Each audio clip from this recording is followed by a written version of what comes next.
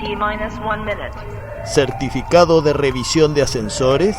¿Qué pide? ¿Qué dijo?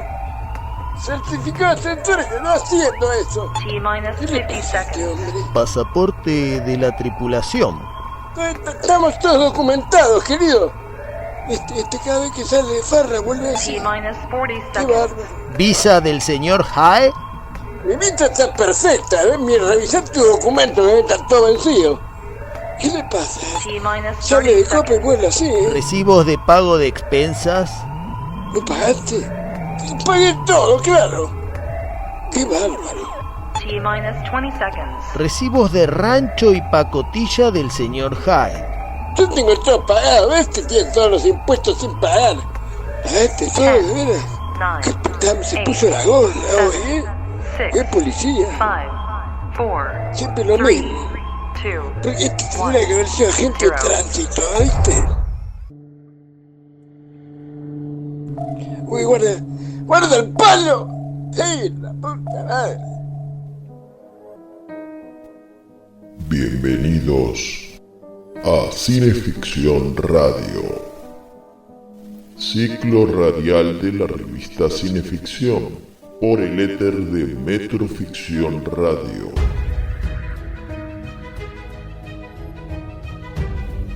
Ajustense cinturones porque en la próxima hora sus mentes recibirán una caricia de terror y fantástico. Esto es Cineficción Radio. Textos: Darío Labia. Relatos: Chucho Fernández. Productor general: Juan Carlos Moyano. Productora artística: Selva Justus. Crónicas policiales: Francis Giurlanda. Asesoría musical: Tony Bosikovich. Respalda Estudio Iacona.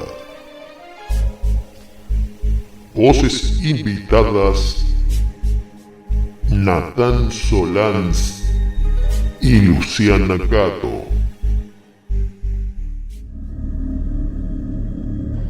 Soy inocente, juro que soy inocente. ¿Por qué nadie quiere creerme? Dejadme comenzar mi confesión por aquel día en que fui a visitar a mi tío Jacobo en New Jersey. Fuimos juntos, Julia y yo. Oh, encantadora Julia, de suaves mejillas como los pétalos de una rosa, de cabello brillante como el azabache, de ojos relucientes cual estrellas y de labios semejantes a una fruta en sazón. Julia y yo estudiábamos en el laboratorio de química de la Universidad de Columbia.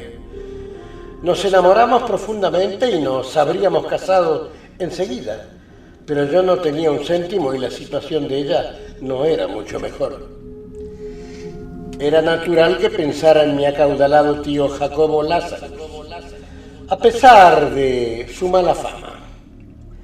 Cuando mis padres vivían hablaban con frecuencia de él, pero lo hacían con alusiones nada elogiosas, pues se sentían orgullosos de su honrada pobreza frente a la infame riqueza del tío Jacobo. Fue mucho más tarde cuando supe que se había dedicado a la repugnante trata de blancas, proporcionando jóvenes campesinas del centro de Europa a los burdeles de Norteamérica. Cuando lo supe, apenas di crédito a esa historia, atribuyéndola a que la gente pobre, envidiosa, sospechaba que el tío Jacobo no podía haber adquirido honradamente su fortuna. Pero basta de eso. En nuestra penuria pensé en él, a quien no veía desde la muerte de mi padre, cuando ofreció generosamente sufragar los gastos del entierro. En respuesta a una carta mía me escribió para que fuera a verlo. Así que una tarde llegamos a la vieja casa del tío Jacobo en New Jersey y llamamos al timbre.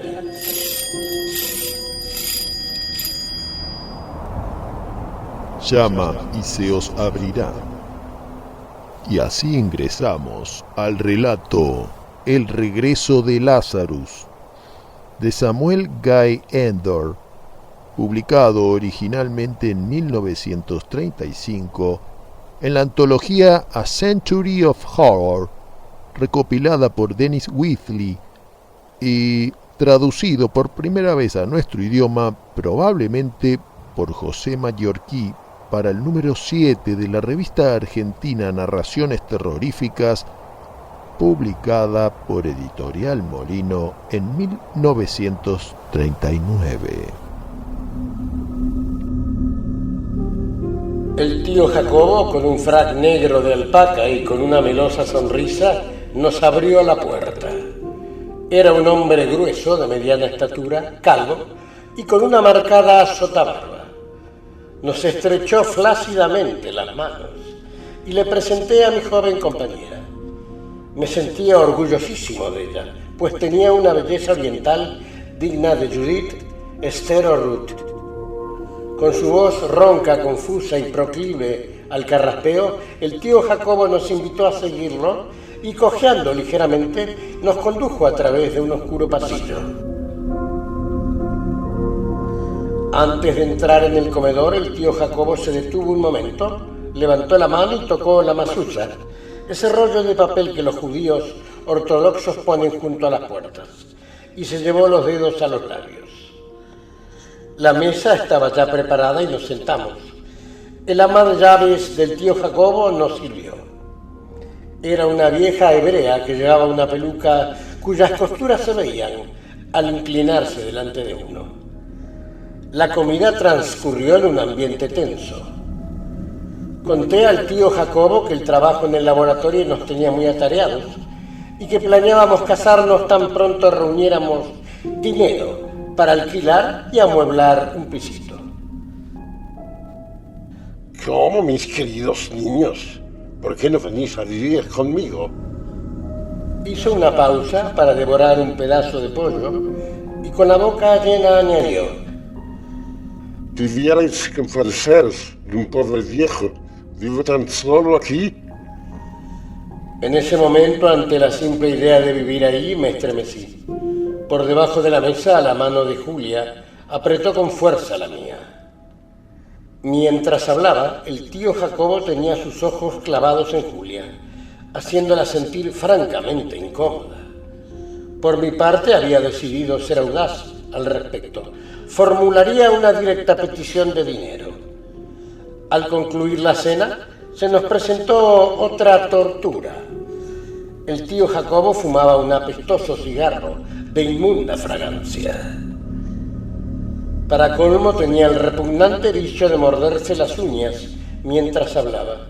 Era tal su entusiasmo que de vez en cuando se mordía la carne y entonces veíamos con repulsión una gota de sangre de su dedo. El tío Jacobo levantaba el dedo, observaba cómo la gota aumentaba en volumen y luego se llevaba el dedo a la boca. Julia no pudo soportarlo más y se levantó para ir al tocador. Al salir ella, el tío Jacobo me llevó a la biblioteca para mostrarme su gran colección de libros hebreos, pero lo interrumpí en seco. Tío Jacobo, usted sabe que necesitamos dinero. ¿Por qué no nos ayuda un poco? ¿A ti? ¿Cómo? Pues si tú con Julia posees el mayor tesoro de la tierra. Pensé que eludía mi pregunta, pero me replicó: Dime, David, ¿qué prefieres tener? ¿Mi dinero o a tu Julia? Eso me desconcertó. Mi expresión fue de irritación y fastidio. Pero David, muchacho, no puedes esperar tenerlo todo.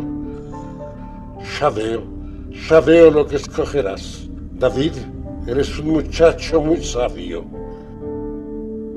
Cuando muera, todo cuanto yo poseo será tuyo, David.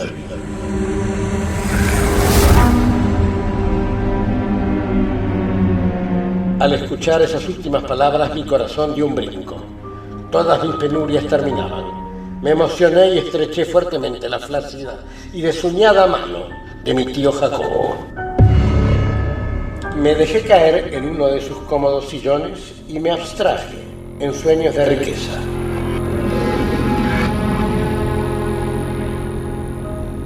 Hasta que de repente llegó a mis oídos un murmullo de voces desde arriba.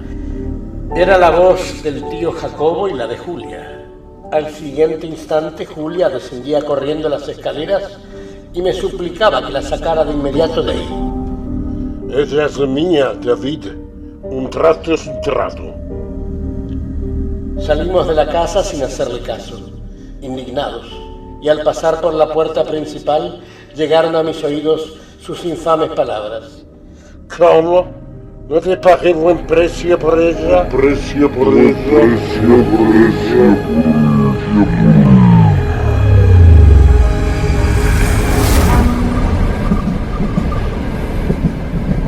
Una vez a bordo del tren rumbo a New York, Julia logró serenarse y me explicó lo que había pasado. El tío Jacobo había entrado en el tocador y había intentado abalanzarse sobre ella. Al acercar su boca, que apestaba a horrible tabaco, Julia rehuyó de su abrazo y amenazó con levantar la voz. Pero aquel insistió, diciendo que yo se la había vendido por toda su fortuna. ¡Qué viejo más asqueroso!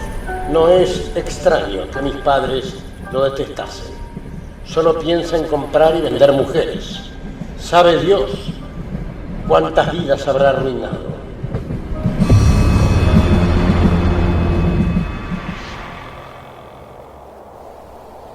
Como ven, hoy preparamos una nueva clase de horror.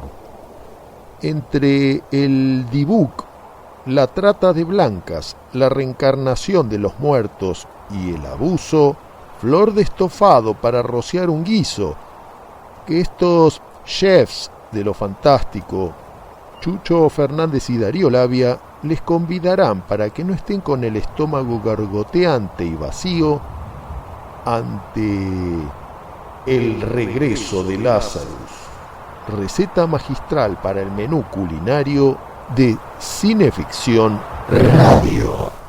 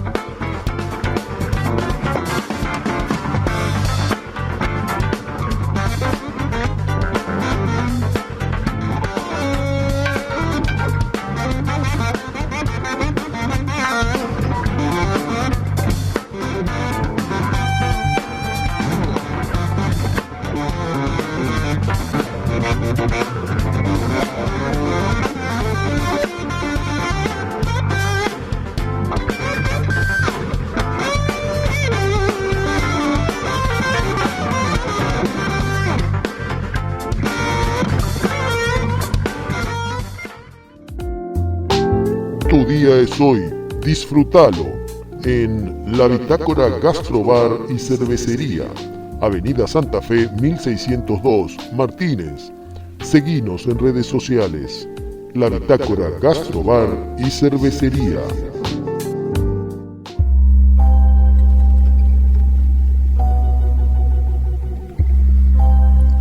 Cineficción Radio presenta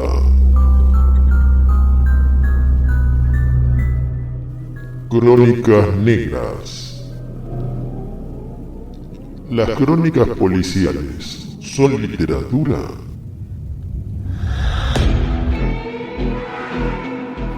Ante ustedes, evidencia número 5. Vestigio del diario Crítica del 22 de marzo de 1937. En la voz de Francis Giurlanda.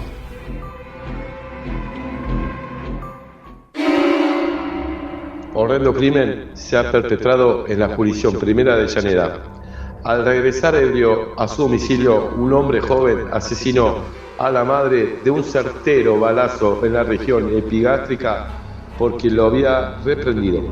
El hecho se produjo en presencia de dos vecinos que momentos antes lo habían levantado del pavimento donde lo hallaron caído. Salvador Gil, español de 28 años, soltero, peón, con domicilio en la humilde vivienda de la calle Vicente López 328, había estado de parranda la noche anterior junto con otros amigos. La madrugada lo sorprendió en la avenida Mitre. Sus compañeros lo abandonaron.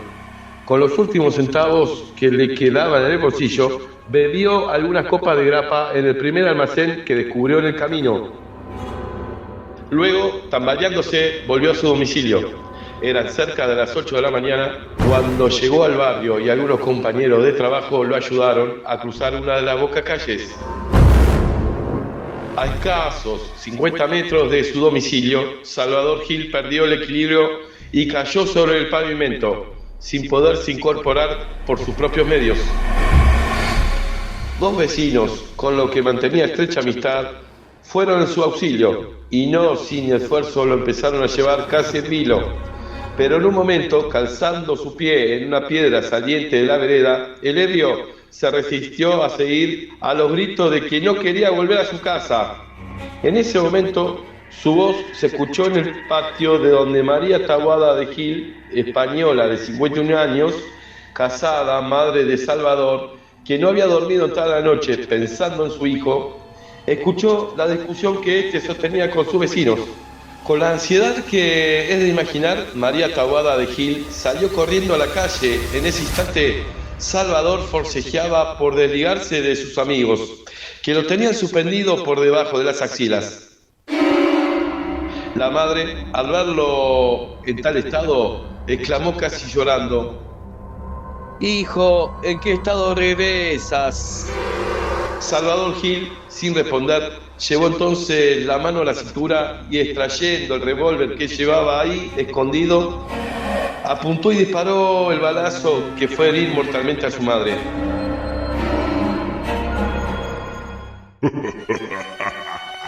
Cineficción Radio. Espeluznantes historias de terror.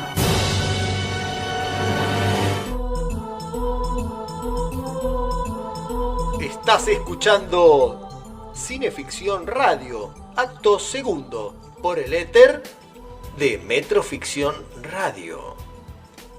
¿Cómo le va, camarada?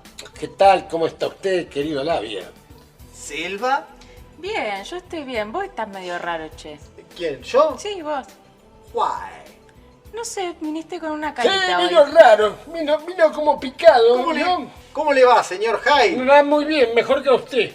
¿Pudo resolver el temita de los plafones? Yo resuelvo todo.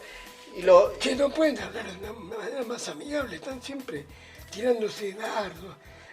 Miren la chica, siempre amable. ¿Cómo le va, siempre, Julio? Siempre. Bien, me va bien. ¿Cómo anda? ¿Bien? Bien, yo ando bien. ¿Qué pasó con el aceite de oliva? ¿Lo pudo traer a bordo? Lo tenemos a bordo.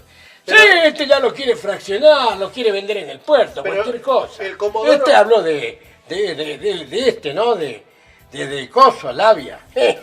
Yo lo tengo bien conocido. ¿El Comodoro no le pidió un par de botellitas? El Comodoro pide, pero después a que le den hay un trecho. Acérquese al micrófono, Julio, así los oyentes lo escuchan. Es que yo no soy diestro en esto. Hola. A usted le encanta, Julio. A usted me encanta. Ya se le hizo un hábito. Cállese. Ya se le hizo un hábito. Selva, ¿cómo? Qué bárbaro esto. ¿Cómo lo manda a callar al pobre Julio? ¿Vos no escuchaste lo que me estaba diciendo? Le hace los panecillos de avena. Vos no escuchaste lo que me estaba diciendo al oído. Es un desubicado este señor. No, soy ubicado. Julio, yo no entiendo bien. ¿El aceite de oliva es aceite de oliva o es mezcla? Es mezcla 10-30. Porque si es mezcla... Ahora, ¿cómo le dicen a las mezclas? Le dicen blend. Usted es un blend. Usted es una... ahí está. Usted es un blend entre una cucaracha y una serpiente de cascabel. ¿Una blatodia? Sí, esas feas. Contamos a los oyentes que estamos en el ciclo radial De la revista Cineficción. conducida magistralmente Acá por el aristócrata Darío Labia y un humilde servidor, un chaperón, Chucho Fernández. el primer actor Chucho Fernández. Sí, señor, el primero que llegó. Sí, señor. Producción artística. Eso está a cargo de la doncella, del budín. Dios mío. Selva Justus. Producción general. Juan Carlos Halls Moyano. Desde Austin, Texas. Él está allá en el norte. asesoría musical. Sí. Tony Musicovich. Desde Máximo Paz. Crónicas policiales. Sí, como no, a cargo de Francis Giorlanda. Desde acá, de la ciudad de Buenos Aires. Desde la zona norte, sí. Muy bien. Ahora voy a encontrarme con él en un rato, vamos a cenar. ¿Van a cenar? Juntos. Sí, porque tenemos un proyecto ahí de crónicas policiales, del cual usted va a tener que hacerse cargo, so pena de muerte. Sí. Y bueno, ya están apostados los francotiradores en su casa, esperando, muy bien. esperando lo que resuelva yo con usted charlando. Fontanería de la nave. La fontanería está a cargo de mis operarios. Catering. Eso creo que lo hago, que era la comida, ¿no? El catering. Sí, señor. Sí, yo traigo budín. Ay, ¿Qué le por pasa favor. con el budín? Julio, el budín ese que trae usted. Mejor que no lo socialicemos. ¿Qué le pasa con el budín? Cuando le digo budín. Ay, cállese. No, traten de hablar uno por vez, pues no se entiende. Sí, esto es radio, no se pueden hablar todos a la No, vez. claro. ¿Cómo le vas a decir budín? ¿Vos también, desubicado? ¿Podemos directamente cerrar el tema? Sí, no digamos más nada. Ahí está. ¿Qué? No quiero contradecirla. Ay, por favor. Yo no sé qué les pasa a estos dos, a estos cuatro. Usted no se haga el loco o el que hay documentación fílmica de sus movimientos nocturnos en la zona. Usted, señor Jai, ¿usted no tiene vida acaso que se preocupa No, tanto por la... no la que tiene lleva vida? usted, Su quien señora- me diera. Su señora... Mi señora en paz descansa. ¿Cómo que en paz descansa? Sí. Señor, ¿cómo? Sí, mi señora murió en el año 56. ¿Cómo? Pero En estuviste 53, viendo- Si usted en el 53 tenía 10 años. Ya No, tenía... 56, yo ya Pará, tenía pará. 38. Pará, perdón. Usted estuvo hablando de su señora, de una cena con su señora, no Claro. sé qué, hace pocas No, semanas. será mi segunda mujer o tercera. Bueno. O sea, yo quiero decir, si usted sale a la noche con la camarita Sí. para hacer actividades de espión, no... ¿Haces eso? ¿Vos saliste a espiar? ¿Eh? Yo tendría que hacer lo mismo. No, Julio, usted a la noche tiene... No se Pero contagie, lo que- ¿Qué hace Julio usted los fines de semana a la noche? Y no me dejan hablar. ¿Qué hace Julio para divertirse, además de la cocina? Miro fotos. ¿Qué pasó en el con el qué? canal de TikTok? ¿En qué? TikTok. ¿En el qué? El canal de No TikTok de sé. Julio. ¿Puede ¿Puede ser que ¿Qué pasó? lo denunciaron?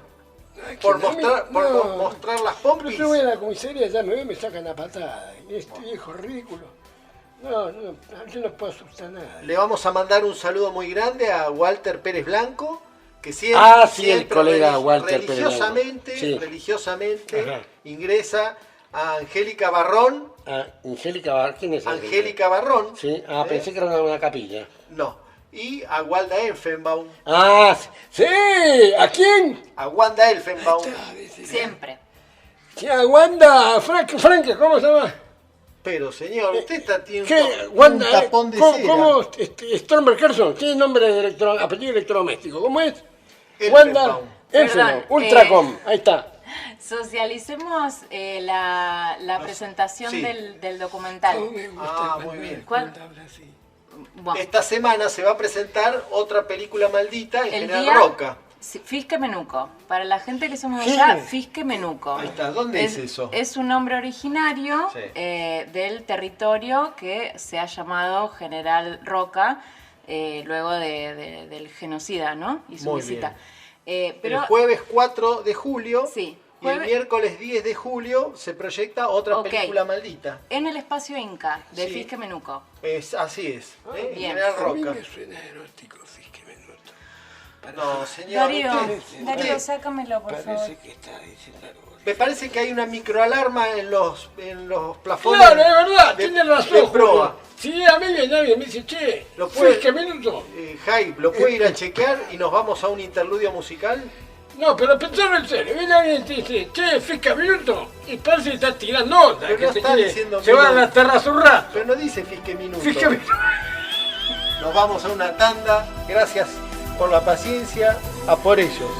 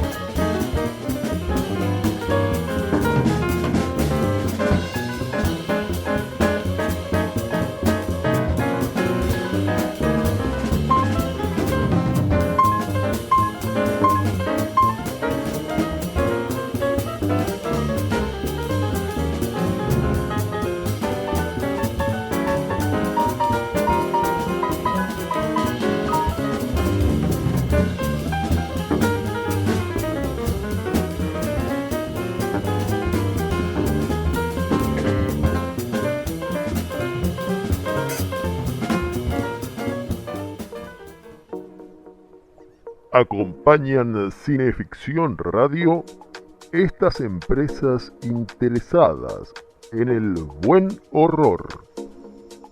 Camauer Rental y Estudio. Pablo Sala, música original. Y Richard Tattoo, en Galería Bond Street, Richard Tattoo.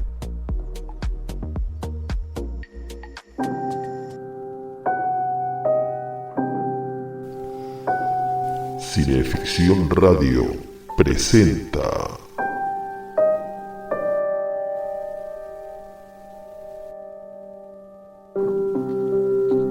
Memorias de Margarita, de Marco de Neri,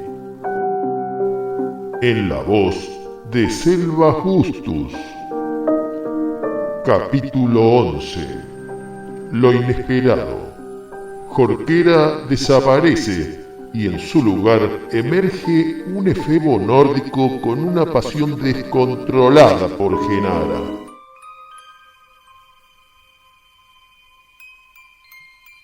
Mis recuerdos se confunden, se oscurecen. Sé que dificultosamente pude librarme de aquel muñeco bajo cuyo peso creí morir. Sé que estuve contemplándolo un largo rato. Sé que llamé, como en sueños, a Jorquera, y que lo llamé a pesar de adivinar que Jorquera había desaparecido. Sé que subí por la escalerita de hierro y que, por primera vez en 11 años, entré en el altillo. Sé que me sorprendió el orden que reinaba en aquella pieza. Sé que sobre una mesita vi un cuaderno y lo abrí. Ahora tengo ese cuaderno sobre mis rodillas y lo releo. Es una especie de diario íntimo de Jorquera. Comienza al poco tiempo de habernos alquilado el cuarto. Mi nombre está en todas las páginas. ¿Cómo iba a sospechar yo que me amaba de ese modo? Día por día registra cómo estoy vestida, qué converso con mamá, qué órdenes le imparto a Amparo, qué visitas recibo. Anota cada uno de mis gestos, me sigue en cada uno de mis movimientos. Dedica largos párrafos al desprecio que sabe que me inspira. Afirma comprender ese desprecio, comparte mi repugnancia. Se reconoce repulsivo, pero a continuación añade: y sin embargo, sé que no soy ese que la traicionó con mi fealdad y mi mano mutilada. A veces se abandona a raras fantasías, imagina escenas en las que invariablemente figuramos él y yo. Pone en mi boca todas las palabras que quisiera que le dijese. Me habla como me hablaría, dice, si fuera joven y hermoso. Otras veces esas escenas son de una procacidad inenarrable. El relato hierve de vocablos cuyo significado desconozco, pero que intuyo los más abyectos que un hombre puede dedicar a una mujer.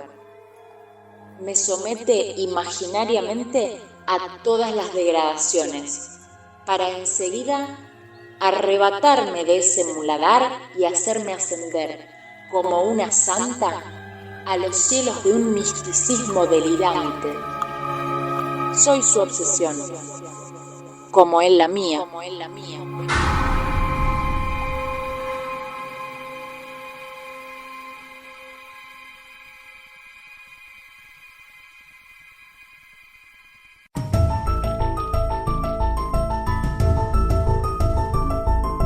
Estamos escuchando Cineficción Radio, con la conducción de Chucho Fernández y Darío Labia. Espeluznantes historias de terror.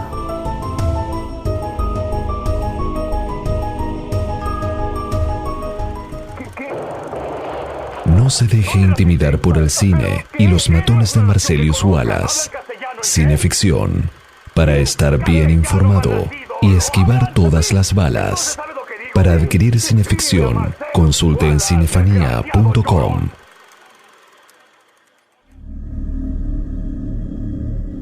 El tío Jacobo había muerto. Había en la casa un cierto señor Zinkov, anciano de luengas barbas y pariente lejano de la familia. Él me dio los detalles. Había sido algo sorpresivo. Mientras hojeaba el Talmud, el tío Jacobo pidió un té con limón. Cuando su vieja criada se lo traía, lo encontró sentado, rígido y con la mirada fija.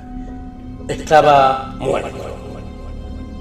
El señor Zinkov me dijo: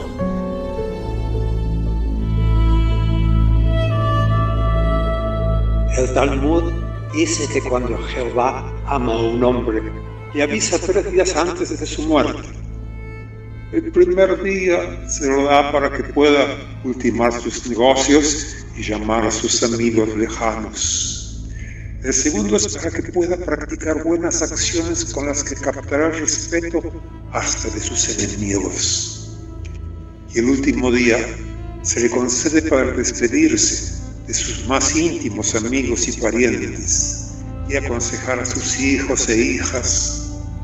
Así muere un hombre bueno, amado de Dios, que no teme la muerte.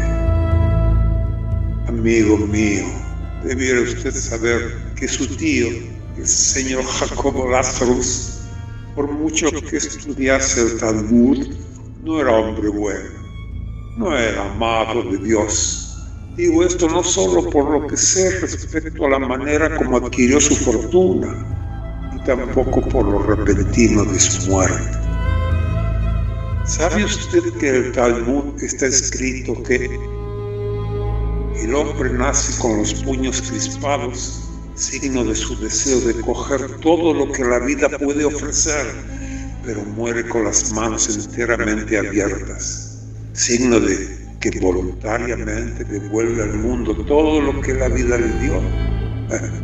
Pero el señor Lazarus murió con las manos cerradas. ¿Qué puede desear de la vida un muerto? ¿Qué puede desear de la vida? Muerto.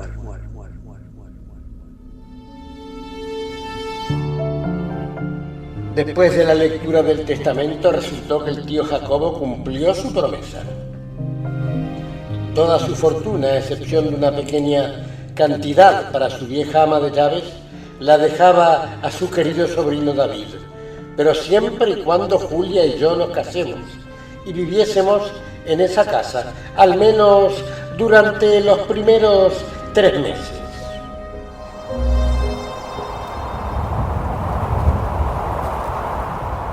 Estamos en el éter de Cineficción Radio, Acto tercero, por Metroficción Radio.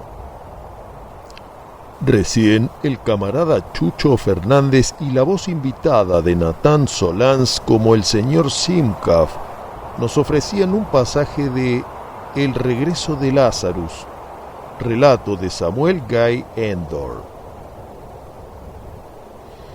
En nuestro programa a menudo hablamos de revistas pulp, pero no se piensen ustedes que las únicas revistas pulp fueron norteamericanas. En Argentina también tuvimos revistas pulp, y una de ellas, la más importante del género fantástico, se llamó Narraciones Terroríficas, y la publicó durante 14 años Editorial Molino. Su ideólogo fue José Mallorquí Figuerola, que desde Barcelona seleccionaba y traducía relatos y los enviaba a Buenos Aires, donde Pablo del Molino Mateus los vestía con las magníficas portadas de Jean-Paul Boquet y las imprimía con una advertencia: no debe leerse de noche.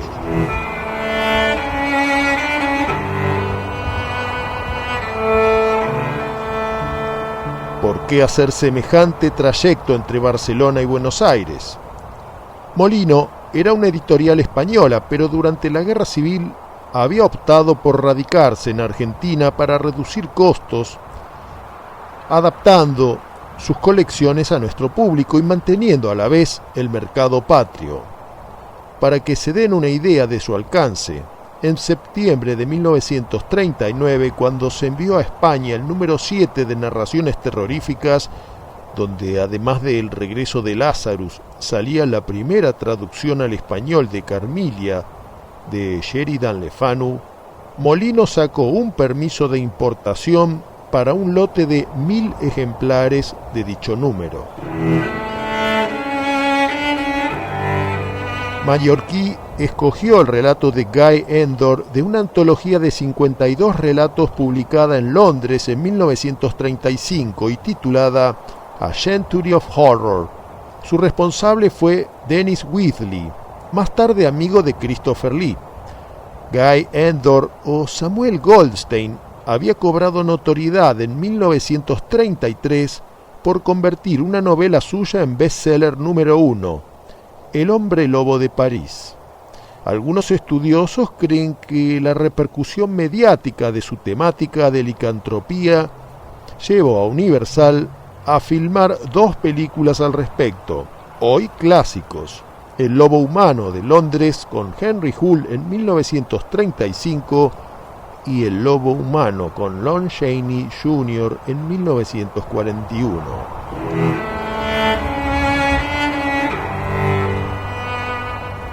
En 1947, Films Andes estrenaba El hombre que amé, melodrama fantástico dirigido por Alberto de Zavalía y protagonizado por Pedro López Lagar y Delia Garcés.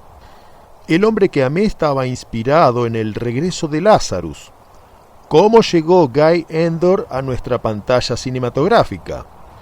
El investigador Pablo Sapere, en su famoso artículo Cine de terror argentino, El hombre que amé, nos amplía la conexión. El guionista del film fue César Tiempo, o Israel Seitlin, ucraniano, inmigrante precoz en nuestro país, escritor, poeta y guionista de muchas de las películas de Carlos Hugo Christensen para Lumiton. César Tiempo se contactó con Guy Endor para pedir permiso de adaptar su relato, cosa que el escritor norteamericano desde luego concedió.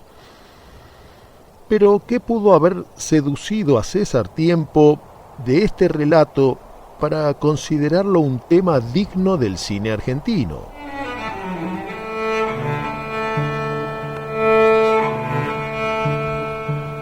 En 1926 nacía una superchería literaria. Clara Vetter supuestamente era una prostituta judía que en los ratos libres que le dejaba a la profesión más antigua del mundo despuntaba el gusto por la lírica, escribiendo versos que enviaba desde la ciudad de Rosario para su publicación en la revista literaria Claridad. Nos dice Clara Vetter en la voz de Luciana Cato.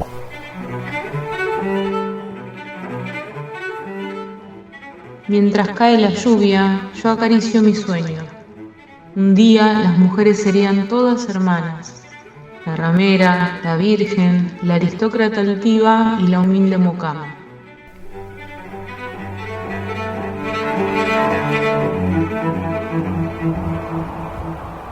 El auge de esta columna y la atención que fomentó derivó en más poemas y la publicación de un libro, Versos de una, con la firma de Clara Vetter, del que se llegaron a vender la friolera de 100.000 ejemplares. El revuelo movió a un montón de personas para tratar de dar con Clara Vetter, algunos para salvarla de la supuesta red internacional de trata de la que era cautiva, otros, como el poeta Carlos Serfati, para atribuirse la autoría y mandar el libro al Premio Municipal del Año. Al fin salió a la luz que el autor de los poemas de Clara Vetter era César Tiempo.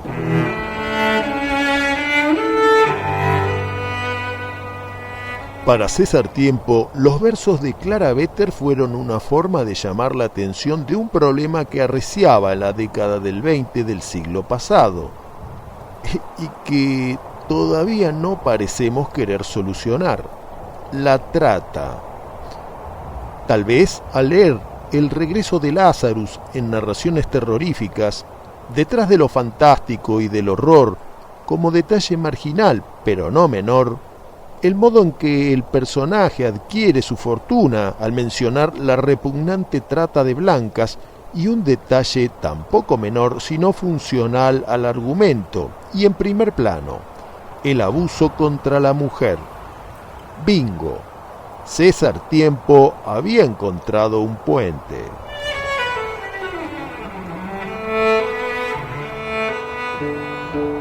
Claro, en la adaptación fílmica quedaron pocos elementos de la historia. El tratamiento inicial de César Tiempo se tituló Posesión, quitando todo lo referente al judaísmo y esoterismo hebreo y lógicamente la trata de personas, pero agregando otros elementos de la leyenda de Fausto, de la piel de Zapa y hasta del hombre y la bestia de Stevenson, y López Lagar encarnando el doble papel del tío y del sobrino. Hoy en día los pocos que llegan a ver El hombre que amé pueden apreciar una película argentina que afronta lo fantástico y no trata de anularlo con explicaciones engorrosas, ni teme caer en algunos climas genuinamente horroríficos. Y todo eso maridado con el lenguaje y normas del melodrama, que es lo que entendía el público masivo que asistía a entretenerse en las salas cinematográficas. Uno de los elementos narrativos del relato de Guy Endore que quedó en El hombre que amé parece ser, a la vez, un vínculo con la leyenda del vampiro. Para atacar, según el folclore, el vampiro debe ser invitado a ingresar en una casa. No puede hacerlo por propia voluntad, pues corre el riesgo de perder sus poderes. Veamos cómo el tío Jacobo se las ingenia para arremeter desde el más allá en El regreso de Lazarus, en la voz del camarada Chucho.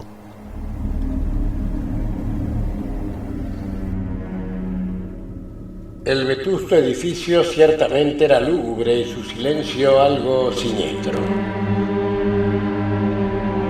A la luz de las anticuadas lámparas, las sombras se agrupaban en los rincones, como si estuviesen al acecho. Pero tan silenciosa de día, en la noche la casa se llenaba de ruidos y misteriosos crujidos. Es la madera de la casa que se dilata por el calor durante el día y se contrae, ahora, a causa del frío. Mi explicación no satisfacía a Julia, despierta como yo en la cama. Escuché y pareció como si llamaran a la puerta de abajo. Escuchamos los dos.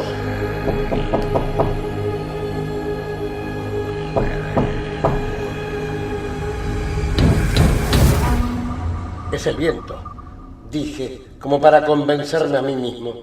Mañana arreglaré esa puerta. Debe ser el pestillo flojo. No obstante, daba la sensación de que alguien o algo iba silenciosamente de puerta en puerta, tratando de abrirlas con suavidad. Y si no cedían, las golpeaba levemente. Julia se aferró a mí, escuchando y siguiendo el ruido de un lugar a otro. En un momento pareció cesar, pero se siguió percibiendo, hueco y lejano, desde lo profundo del sótano.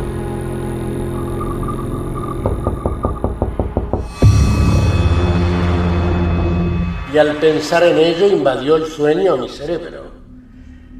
En medio de la noche el viento y los crujidos se hicieron más intensos.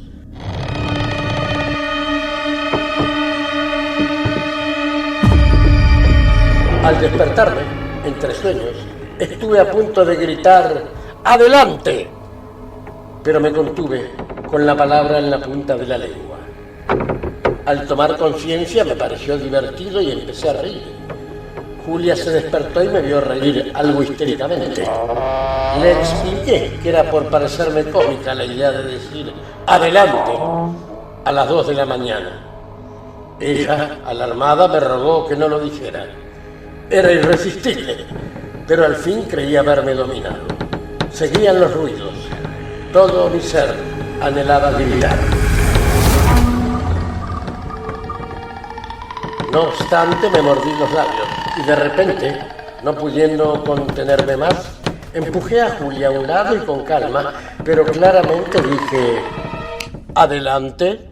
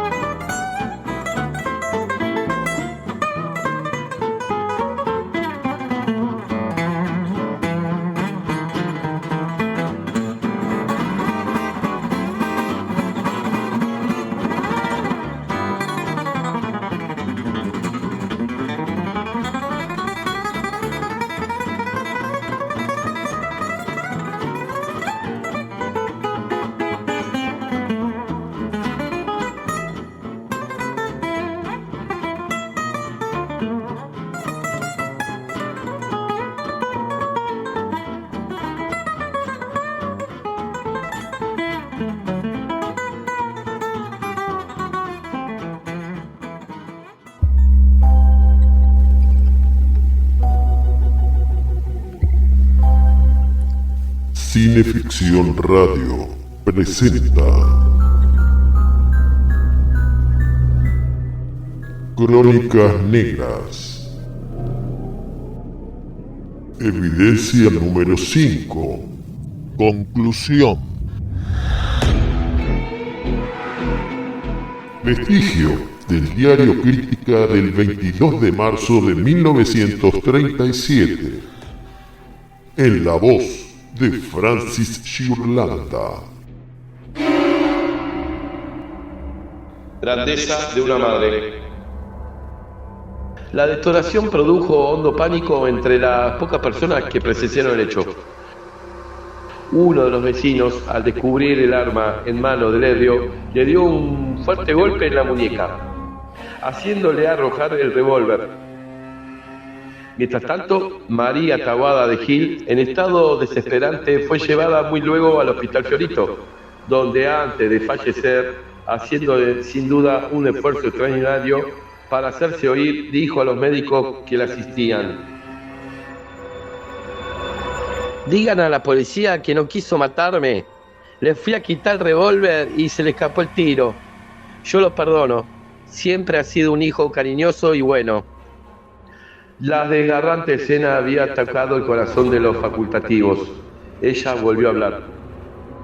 Lo perdono. Estaba muy ebrio y no me reconoció. El matador fue transportado al local policial de Avellaneda. Al recobrar poco a poco su estado normal, se le hizo saber que había matado a su madre.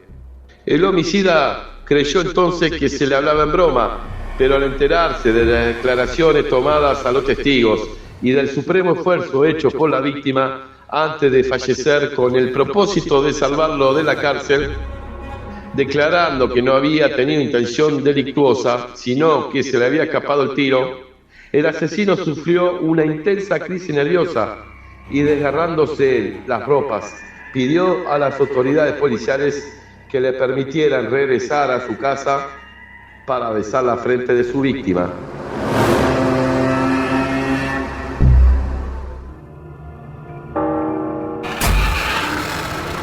Cineficción Radio. Aquí en 24/7, domingos 20 horas. Con Darío Labia y Chucho Fernández recorrerás espeluznantes historias de terror. Buenos Aires, Argentina. Llegó a la mañana el señor Simkov y nos preguntó cómo iban las cosas. Le conté acerca de las corrientes de aire y los ruidos. Al abrir la mano para tocar la mazuza que había en lo alto de la puerta, notó que en el estuche de latón, donde usualmente se coloca un escrito sagrado, había un pergamino en blanco que no tenía ni una sola letra de la sagrada Torá. Me recomendó sustituir ese pergamino por un documento genuino y me advirtió que tuviera mucho cuidado en no decir adelante cuando oyera esos ruidos, pues podía provocar la entrada de algún mal espíritu. Me quedé en silencio y presa de extraños presentimientos hasta que se marchó. Esa mañana también experimenté una ronquera. Julia me recomendó que me quedara en casa y que hiciera gárgaras con agua y sal. Cuando se fue a trabajar se me dio por ir a la biblioteca del tío Jacobo. Encontré una gramática hebrea y me senté en el sillón a estudiarla. Me absorbió el punto de olvidarme de las gárgaras. Esa noche dormimos en paz, pero mi garganta siguió igual. A la mañana siguiente, Julia me recomendó salir con ella para no arriesgarme a perder mi puesto de auxiliar de laboratorio. Pero, ¿para qué ir a trabajar ahora que tenía dinero? Antes de irse, Julia me rogó que limpiara un poco el polvo y que preparara la cena. Pero en verdad, me pasé toda la tarde fascinado con la gramática y avancé tanto como para leer discusiones sobre espíritus y magia judía de la Edad Media. Al llegar, Julia me riñó por no haber preparado la cena como le prometí. Tampoco me había afeitado y lucía desaseado. Al otro día, que amanecí peor de la garganta, le prometí que le esperaría con la cena. Pero ni bien se fue, me zambullí en mis libros. Después de tan solo 3 días de estudio, ya estaba descifrando un grueso volumen sobre esoterismo hebreo. Me torturaba el cerebro para entenderlo, sudaba y me mordía las uñas, hasta encontrarle el sentido a las frases. De repente, me di cuenta de la hora. ¡Por Jehová! No había fregado los platos y ni siquiera sabía qué haría de cenar. En ese instante sonó el timbre. Pero no podía ser Julia, ya que ella no tocaría el timbre. Resultó ser la vieja ama de llaves. Pero, ¿qué deseaba? Como no tenía nada que hacer, y si bien el dinero heredado le bastaba, tenía 2 sobrinas pobres a las que ayudar. Le encargué que preparara una cena ligera y así pude regresar con la conciencia tranquila a mis libros hebreos. Al llegar Julia, naturalmente, se disgustó, pero arguí que a mí no me agradaba perder tiempo en la cocina. Pasaron los días. El ama de llaves me recomendó fumar puros para mi ronquera y a pesar de que los detestaba, me sentaron bien. Empecé a comer más y a engordar. Julia me criticaba por ello. Ignoro cómo adquirí esa fea costumbre de morderme las uñas. Pero mientras Julia me hablaba, me las estaba royendo y era tal mi afán que la carne empezó a sangrar. Levanté el dedo del que brotaba la gota de sangre e instintivamente me lo llevé a la boca. De repente noté que Julia me observaba rígida de horror. Ella empezó a mirar a su alrededor, como si buscase a alguien, y gritó: ¿Dónde estás, David? David, ¿dónde estás? ¡Sálvame, David! La tontina se apartaba de mí chillando. Me acerqué y le puse una mano en la boca. No se resistió y al cabo de un rato retiré la mano. Pensé que aprovecharía el menor descuido para huir. Si eso pasaba, significaría a su vez una infracción al testamento y ya no podría heredar la fortuna. «No te irás de ninguna manera», grité, y la tomé cuando huía en dirección a la puerta. La vieja ama de llaves me ayudó a amordazarla. Luego la cargué en hombros y la llevé a un cuarto oscuro, donde estaría segura. Si ella no hubiese intentado escapar, no habría sucedido nada. Pero una semana más tarde logró liberarse de sus ataduras y salió huyendo de aquel cuarto oscuro. A pesar de una leve cojera, logré alcanzarla. Se debatió con tanta violencia en mis brazos que ambos caímos al suelo. Y allí quedó, quieta, inmóvil, con los ojos cerrados. Vi entonces que se había golpeado la cabeza produciéndose un profundo corte. Preso de terrible remordimiento, la llevé a una otomana.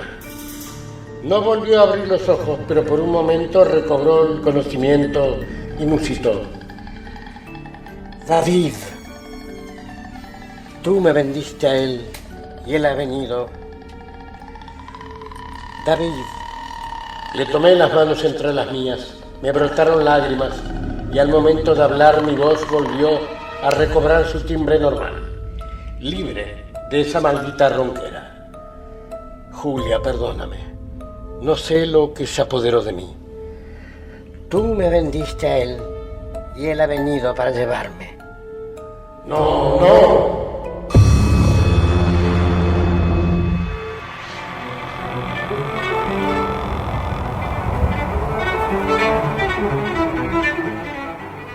Esto ha sido Cineficción Radio, por el éter de Metroficción Radio. Recién era el camarada Chucho con El regreso de Lazarus, relato de Samuel Guy Endor, publicado originalmente en 1935 y traducido por primera vez a nuestro idioma para el número 7 de la revista argentina Narraciones Terroríficas, editada por Molino en 1939.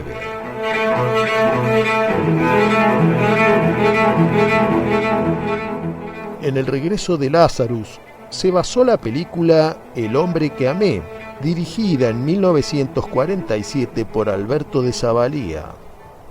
El hombre que amé es un melodrama fantástico que está ahí, junto a un montón de otras películas, en espera de regresar a la acción en las retinas de las nuevas generaciones de amantes y defensores del cine argentino. Sí, se habla ahora mucho de defender el cine argentino, pero muchas de las personas que trabajan en la industria del cine argentino no les interesa verlo. A muchos espectadores tampoco, y los que quieren defenderlo tratan de hacerlo sin tener que correr el riesgo de verlo. Pero de esa manera, en vez de asumir una postura, recaen en una pose.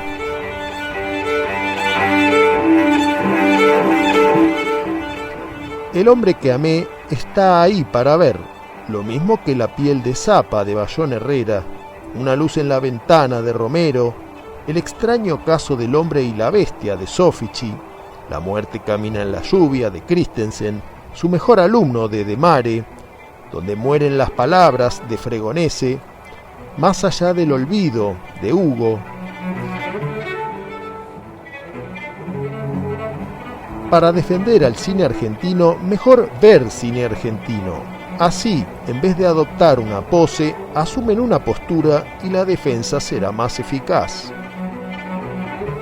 Y si no, les pasará lo mismo que al sobrino de Jacobo Lazarus, lamentándose ante lo inevitable.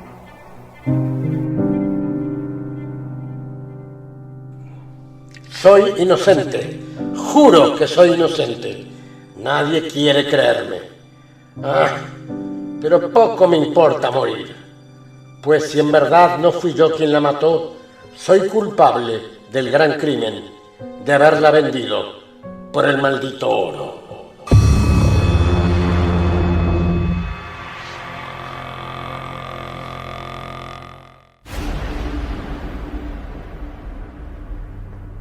Esto ha sido Cineficción Radio.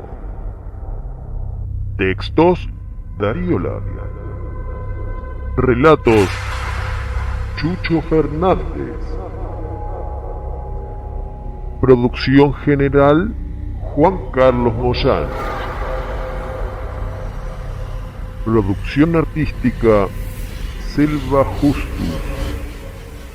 Crónicas policiales: Francis Giurlanda. Cineficción Radio es el ciclo radial de la revista Cineficción. Cineficción Radio, domingos 20 horas por Metroficción Radio.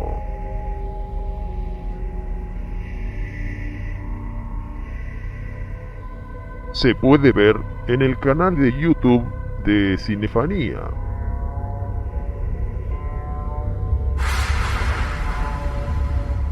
Y luego se puede escuchar en Spotify y las mejores plataformas. Cineficción Radio, el programa que refleja sus datos en IMDb.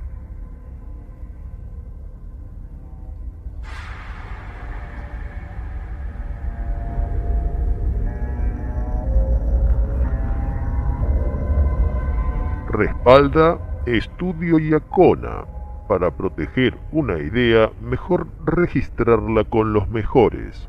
Estudio Iacona.